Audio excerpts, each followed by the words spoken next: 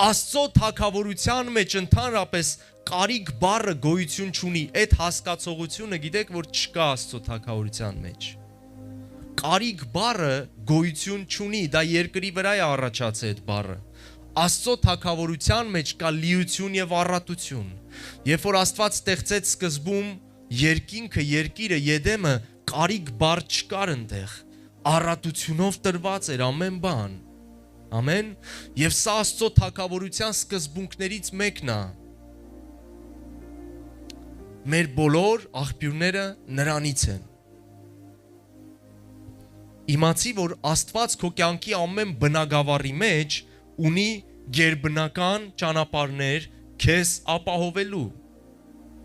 Տերն է իմ հովիվը, եւ ես ոչ մի բանի կարիք չեմ ունենալու։ Հալելույա։ Տերն է իմ հովիվը, եւ ես ոչ մի բանի